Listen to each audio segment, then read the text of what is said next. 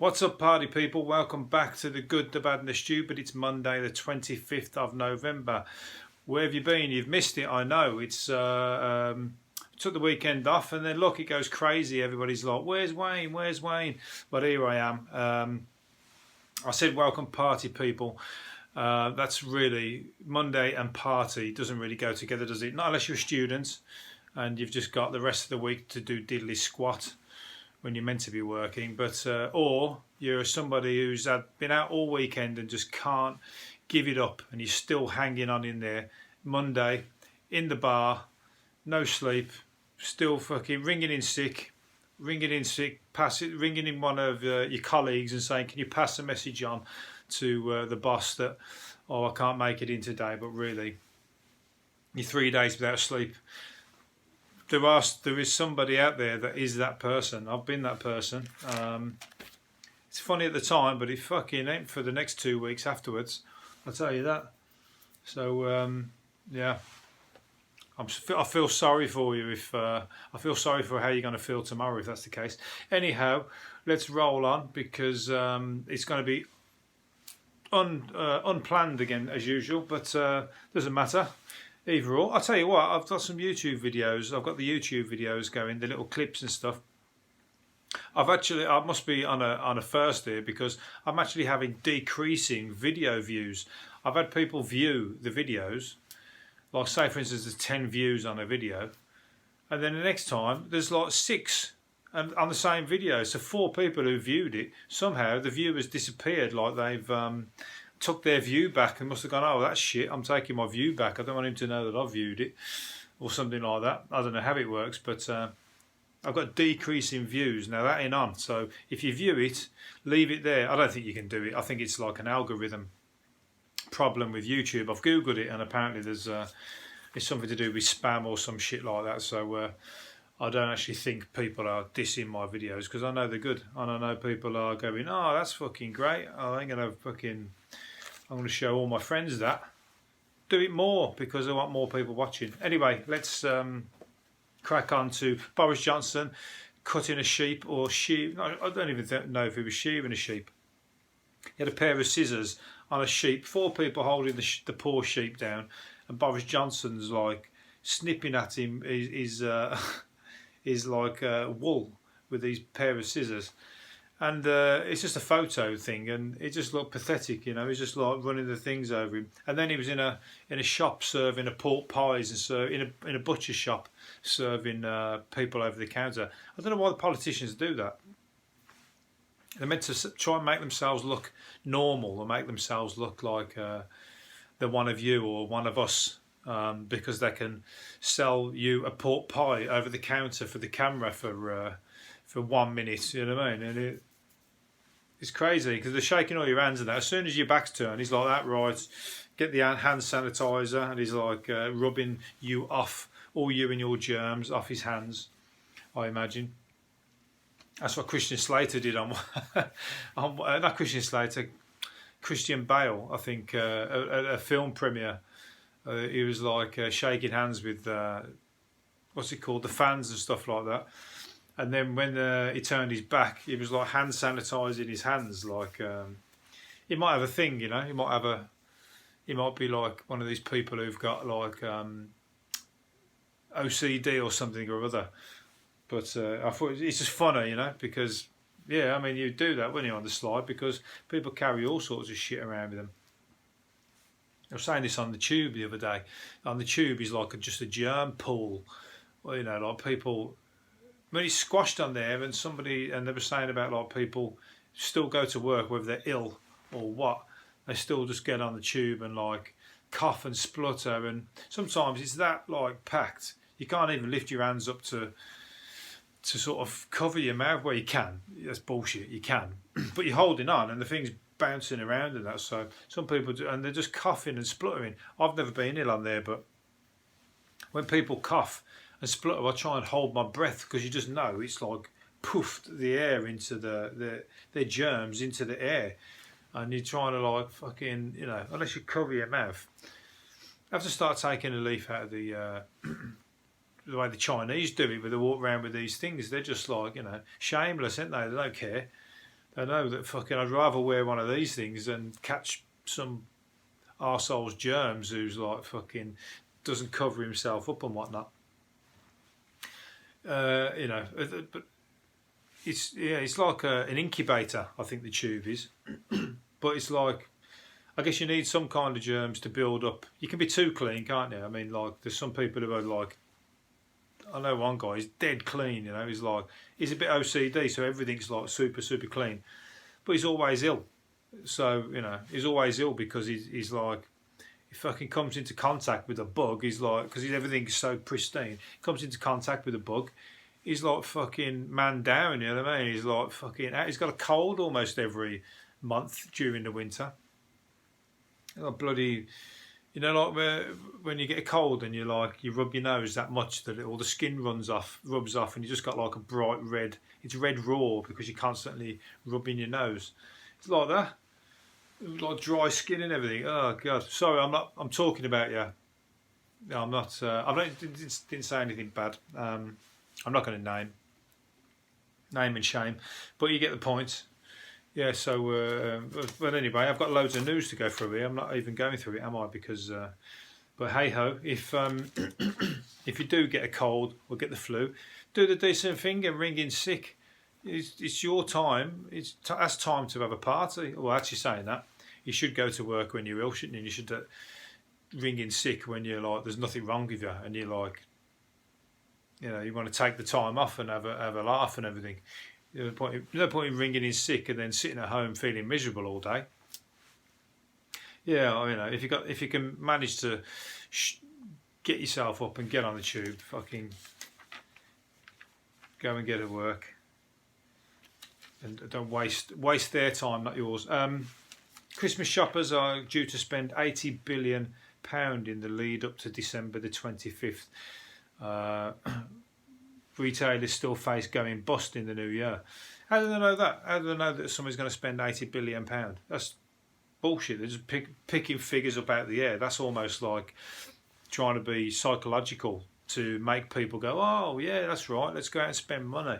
Let's be one of them. Really, the fucking place is like, we're in the shit over all this Brexit and everything. Everybody's like fucking holding back and not spending tons. I know everyone's like, it's having a knock-on effect, so everyone's like cautious. So they're trying to sort of prompt, put that out there to sort of encourage people to go out shopping. But do what I do, and that is if you go out shopping to the retail, and they're saying that the high streets are struggling, that's because people are like me. They go into the high street, try something on, and think, oh yeah, that's all right, and then go and buy it online because it's cheaper. If you can do without it that day, if it's a big difference, if it's like 10 or 5 a difference, it's not worth it, is it? But if it's like 40, 50 quid, then I'm going to do it, you know. I'll just rather buy it and fucking save the money, you know what I mean? And then go out straight from the shop, straight into the pub, 40 quid to spend extra, ain't you? And you've still got your item, so there you go. If they want to save the high street, I've said it before, you need to offer the same prices that people can get online. Because that'll stop me doing that. Because if I can buy it online, if I can say, hang on, that's 40 quid cheaper online, and then you go, okay, we'll give it you for 40 quid cheaper to match the price. And then I'll go, okay, nice one. Bang, there we go. And then I still get my 40 quid to go in the pub. And, bang, you know, that's how you save the high street. But no one's asking me. I'm like Mary, well, you got Mary Queen, porters of shops. I'm Wayne, King porters of shops. That's how you do it. I'll also tell, you know, here we go, got yobs, 100 yobs armed with machetes, knives, clash on opening evening at a cinema in Birmingham. At the fucking cinemas, I mean, that's just, who takes fucking knives and machetes, for fuck's sake, to the cinema? And the cinema have said it's because of one particular film that they must have come to see. Might not have been, they might have gone to see any of the other films. They might have just not even gone to see any film, because there's a film on there that's about youth crime and stuff or youth gangs in London, but it's in Birmingham for a start. And I'd probably pretty much suggest that 100 people carrying machetes and knives haven't gone to the cinema to watch a fucking film. They've gone there to sort of have a battle regardless, you know what I mean? Because you ain't getting into the cinema carrying that shit anyway, are you? And a mob of 100, they probably spotted like a fucking, stand out like a sore thumb by security, as they did. So, yeah, stupid. And one of them's only 13, so he's not even old enough to fucking, you know, he's probably got no hair on his bollocks and he's fucking carrying a machete around. He's like, you know, he's like, you know, he's probably got an angel face, and he's like, left his mum, and he's going, yeah, I'm off to go and watch the cinema. Next thing you know, he's picked up a machete, and he's bowling around, and unfortunately, he'll fucking hit somebody with that, and then he's going to spend a long time in prison, and then going to go, waste of 2 lives. So there you go, listen to me, I'm Wayne, king of cinemas now. Fucking watch the film. Don't take the fucking shit like that to the cinema. You're a fucking idiot. And the film's been pulled, so the film now is like, even the makers of the film are getting dissed for it. So crazy.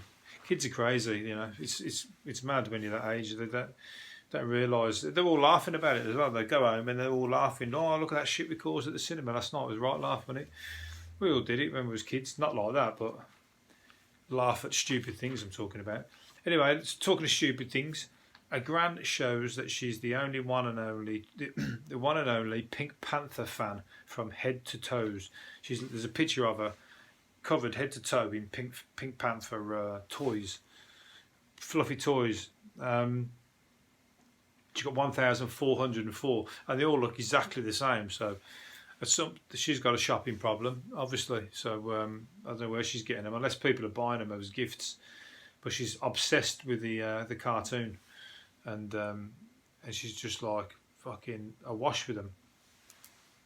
It was good though, when Pink Panther, that was in my day as well. And then it was always chased by Inspector Clouseau. Even better than Pink Panther the cartoon was the film Pink Panther with Inspector Clouseau. Peter Sellers, fucking, oh, he's hilarious. He was like the dumbest detective, but it was just, it was ace. And it was like, he thought he was brilliant, but the whole point of it was that he was just a calamity. But what was I going to say?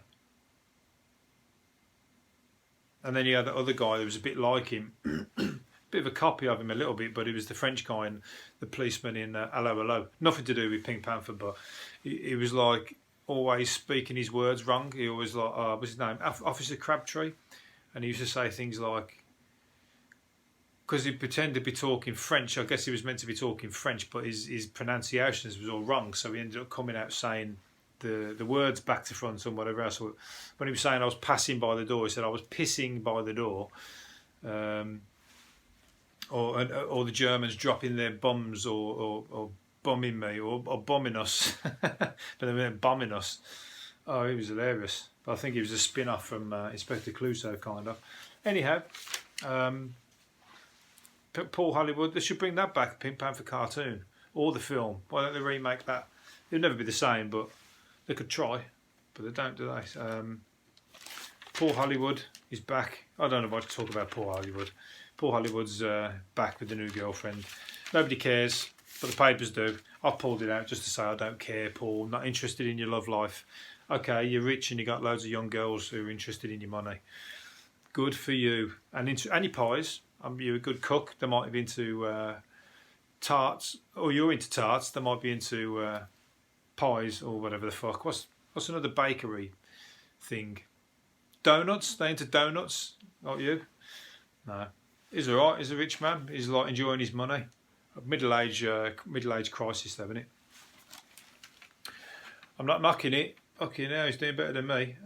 Money wise, that is, money wise. Cocaine worth 10 million quid, and he's doing better than these guys. Cocaine worth 10 million quid, smuggled in frozen fish, has been found. The guy's come close. 97 packets of cocaine was found hidden inside a frozen fish in the back of a refrigerated van. So that was on his way to the fish market. So you know, when you get to the fish market, that was what else is going on down there? Well, I'm sure they'd have pulled it out before, but that would have smelled, wouldn't it? That's cocaine, so people are going to be putting that up their nose and stuff. but they smell of fish or like, be like, hang on a minute, that's got like a fucking funny twinge to it, funny tang. Smells a bit like fucking cod or haddock. Anyway, it's been found. They made it over to this side of the water. They must have thought, yeah, we're home and dry. All of a sudden, pulled over, bang. No. So they're going to be kicking themselves that they even bothered. Somebody's, or somebody is anyway. They might just be the fall guy, you know. So then they'll be going to be going, oh shit, we've still got to pay people and we've got to do the prison time. Wounder. This one's sad and good. 10k Emu. Who remember Emu? Who remembers Emu and Orville? Well, both the puppets are going up for sale. £10,000 each they're going for. If I was rich, I'd buy both of them. £10,000 for Emu, £10,000 for Orville. I know Rod Hall was dead. I didn't know Keith Harris, is it? Keith Harris and Orville, wasn't it? Yeah, Keith Harris. I didn't know Keith Harris was dead. Apparently he died in 2015. So that obviously wasn't big news. So Orville's been sat in the cupboard for a while. So they're going up for 10,000. Emu was the fucking bollocks. When Emu was the funniest. I mean, one of the best things I saw was Emu was Rod Hill. Rod Hall took no prisoners. And when he was on the Word, was it when he was started roughing up Snoop Doggy Dogg? Snoop Dogg was trying to be all cool and everything on the Word, and fucking Rod Hall was sitting next to him with Emu. Snoop Dogg's never probably seen or heard of these characters, and Emu's like attacks, doesn't he? So all of a sudden he's like jumping all over him and like fucking pecking him and grabbing him around the neck and everything. I'm pretty sure that I heard that Snoop Dogg give Rod Hall a fucking punch for that, a punch in the head or something for that. I don't think he took too well to it, put it that way. But yeah, Rod Hall died when he fell off his roof, didn't he? Fixing his aerial. Fucking idiot. Yeah, he's got all that money. By saying that, he's probably done it 1,000 times, and then in that one day, he's done up a slippy tile, and he's all got. So, yeah, exactly. And then all of a sudden, you've deprived us of Emu after all that, you know what I mean? But there we were all. That was like the day Kennedy died, that was, when everybody's looking in the TV, in the shop windows and everything, and like crying when they heard that Kennedy had been shot. That's how I felt when Emu was took from us, when Rod Hall fell off his roof, fixing his aerial. So we'll never have that back. But you could buy the Emu and play with it, and you know, have some fun with it yourself. What happened to Spit the dog? Is Bob Carriagee still alive? Remember that? He was brilliant as well. He'll be up for sale soon. He must be knocking on, Bob Carriagee's. Hopefully he's got a few more years left. He might still be doing it. It might be around the shit circuit, around all the Butlins and whatever. But he was good in his day. Made his money. He might be on a beach somewhere, still, you know, wowing the girls with his dog puppet. Sock puppet, I was going to say. Where are we going with this? Well, yeah, I told you it's unprofessional. I don't know where I am with it all now. Come on. Robbie Williams says he has been buzzed by UFOs many times, with one so close it was within throwing distance. I have seen UFOs. I've had one above me in Beverly Hills that I could hit with a tennis ball. That was sure that wasn't your new Prozac pills or your new treatment or whatever that you were taking for depression at the time. I think he was. No, I'm not knocking him, but I'm saying I've actually seen UFOs myself. So there, either I'm mad as well, or I'm equally as you know, I'll own up about it. I've seen a UFO. I'm not lying.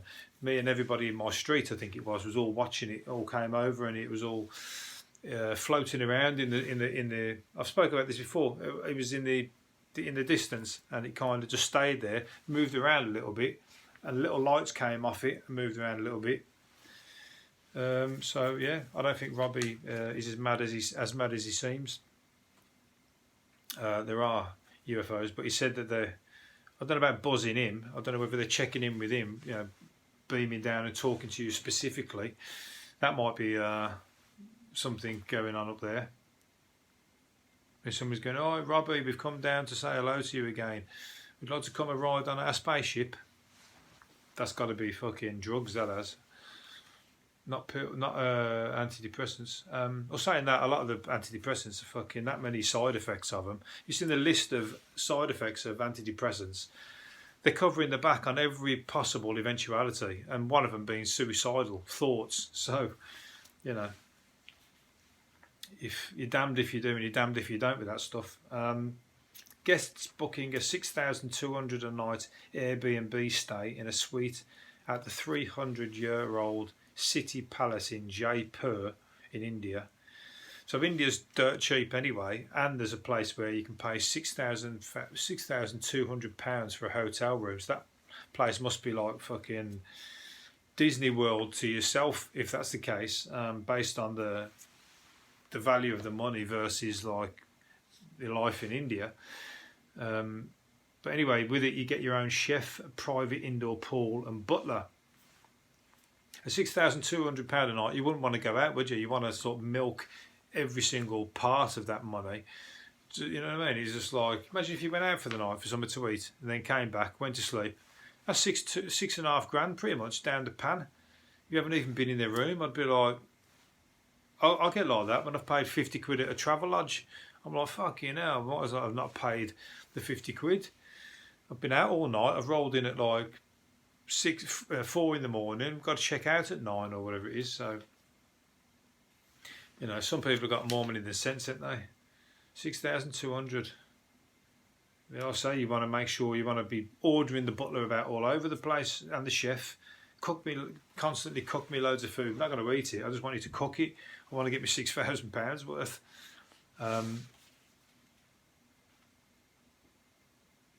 Where was it going? 80s pop star Rick Astley does not make love to his own music because he would give his wife a headache. They're never going to give you upset. Well, that's fucking. Of course it would. If fucking. It'd give me a headache. It'd give everybody a headache. It wouldn't just give your wife a headache. It'd give. But he doesn't go home and listen to my own music. You'd just be a narcissist if you went home listening to your own music. Like, come in, I'm going to relax a bit, put myself on. I'm going to listen to it. Oh yeah, never going to give you up. Oh, this is a great tune. This is. You know what I mean? That was like, I think your wife would leave you on the back of that because you're clearly like fucking Mr. Me, myself, and I. And he says, he does actually. He goes and listens to it in his man cave studio. Only if he needs to listen to it for a certain reason. So he's covering his back there. Really, he's just giving himself a dose of like, I'm great. But like, you know, I think there's even your own music. Surely there comes a time when you just go, you know what? I couldn't listen to that ever again. I'm sick of that fucking song and singing it. It don't matter who you are. I imagine surely they've got to just kind of go, I'm fucking sick and deaf of playing this same tired song. I've been playing it since like the 60s or the 70s, and like still I have to play the same song over and over because that's what the fans want. So you have to do it. So whereas Rick Astley is his own fan because he's, you know, surely. I mean, has he done a new album? He's done a new album, hasn't he? So he must have some new fans probably. But otherwise, surely his old fans. But that one song maybe, but all the rest of his old album from the 80s, everyone's probably like, nah, fuck that shit.